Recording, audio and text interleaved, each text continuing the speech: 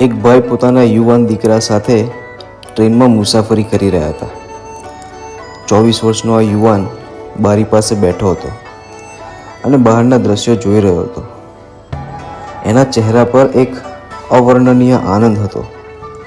પોતાની સીટ ઉપર ઊભો થઈ ને જોર જોરથી બોલી રહ્યો હતો, પપ્પા જુઓ જુઓ, આ ઝાડ જ છે ને, કેવા લીલાછમ છે. કેમ? આહા, આ રંગો બધા કેવા સરસ લાગે છે. પપ્પા આ જુઓ ને, કેટલી બધી બકરીઓ ચાલી જાય છે. વાહ, એ પણ કેવી એકબીજા સાથે ચાલે છે.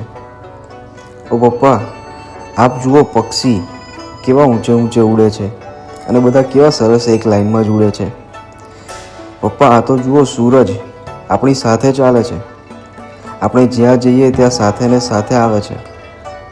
જુવાન જો દીકરાની આવી ગાંડી ગયેલી વાતો સાંભળી બાજુમાં બેઠેલા એક ભાઈને કીડીઓ ચડવા લાગી.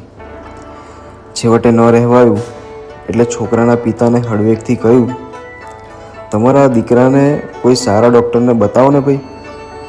છોકરાના પિતાએ કહ્યું, ભાઈ, તમારું સૂચન આપવા બદલ આભાર, પણ આ તો તમારી જાન માટે કહું કે હું અત્યારે હોસ્પિટલથી જ આવું છું. મારો આ દીકરો જન્મથી અંધ હતો.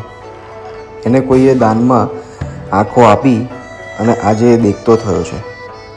ઝાડ, પક્ષી, રંગો, સૂરજ, આ બધાની બાબતમાં એને માત્ર મારી પાસેથી વાતો જ સાંભળી હતી.